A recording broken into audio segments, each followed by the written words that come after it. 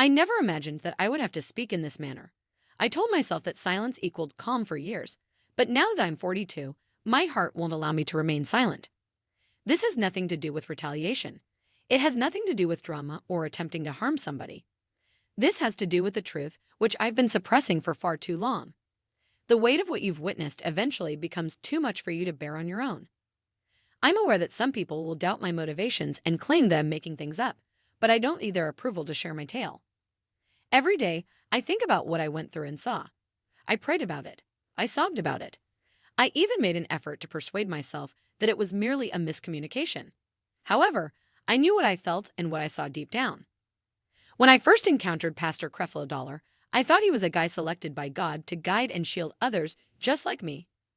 Broken souls in need of direction. I had no idea that the same man I trusted with my prayers would cause me to lose confidence in a lot of different things. I'm not here to ruin anyone's reputation. My purpose in being here is to liberate my soul. Because the truth is the truth, regardless of how difficult it may be to hear. And I'm at last prepared to say it today. Andria's story is about awakening, not just exposing. It tells the story of a lady who trusted someone she thought was a spiritual mentor, only to learn that while faith based on truth endures forever, faith based on individuals can fall apart. When she finally decided to speak, she discovered the strength she had been looking for all along. Her silence was heavy, full of doubt and anxiety. She discovered at the age of 42 that pretending everything is all right does not lead to tranquility. It results from having the guts to repair after confronting what is damaged. Her experience serves as a reminder that everyone is subject to accountability, regardless of how strong a leader may appear. Every lecture, song, and smile conceals a human being who is flawed, intelligent, and capable of both good and evil. Andria's voice evolved from a confession to a beacon of hope for those experiencing silent suffering. She demonstrated how faith is restored rather than destroyed by truth. Speaking up is emancipation, not treachery. Furthermore, recovery starts when you truly believe in yourself, not when the world does. As her story comes to an end, we are left with a timeless lesson: never mistake obedience for faith or stillness for tranquility. Telling the truth, even when it rattles the walls around you, can sometimes be the most courageous act of worship. Let Andria's journey serve as a reminder to everyone who has ever felt silenced in the name of love, allegiance, or religion. Your voice matters, your truth matters, and your healing matters. Truth may shake, but it never collapses. The background and setting. When I was still figuring out what I wanted to do with gospel music, I met Pastor Dollar. I was in my late 20s, full of fire and faith, but still a bit raw around the edges. Following my performance at a Christian music convention in Atlanta, one of his staffers came up to me and said the pastor wanted to meet me. I had been watching this man on TV since I was a kid, so I was anxious. I had found solace in his sermons throughout some of my most trying times. He smiled warmly at me as I entered the meeting and assured me that God had big things for me. At the time, their words meant the world. He stated he saw something powerful in my spirit, prayed over me, and pledged to lead me. What I believed to be a supernatural mentorship began with that encounter. I felt fortunate, even selected. For a time, everything appeared wonderful. He encouraged me to develop as a singer and a believer, asked me to sing at church functions, and introduced me to powerful people. I genuinely thought I had discovered a family based on love and faith, a spiritual home. However, with time, the sense of tranquility started to transform into something heavier that I was unaware of. The pivotal moment, small things that didn't initially seem serious, were the starting point. He began recommending songs for me to perform, activities that would be appropriate for me, and people I should or shouldn't collaborate with. He explained that God wants me to be careful with worldly influences in order to further my spiritual development. I blindly accepted his advice because I trusted him. But as the months went by, he became more in control. I was being told what to do, who to talk to, and how to act. I was no longer merely receiving advice. I was advised that rebellion was a sign of a weak spirit if I disagreed. He occasionally gave me the impression that my faith was being put to the test and that obeying him equated to obeying God. Furthermore, it's simple to mistake spiritual authority for divine truth. I recall crying while sitting in my car because I felt stuck and bad about it. He was correct, I reminded myself. I was simply being arrogant. However, I had a gut feeling that this wasn't how true faith was meant to feel. The revelation of the unholy. It was a calm moment when everything changed. I stayed late at the church office one evening after rehearsal to get my belongings. At that point, I heard two senior members discussing special offerings and how some funds were being redirected. At first, I didn't understand, but the more I listened, the more uncomfortable I felt. As time passed, I became aware of things that I could no longer ignore.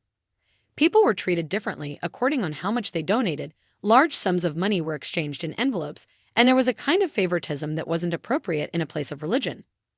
I noticed something else behind the upbeat speeches and stirring prayers: control, pride, and greed masquerading as blessings. I was scared, but I wanted to face it.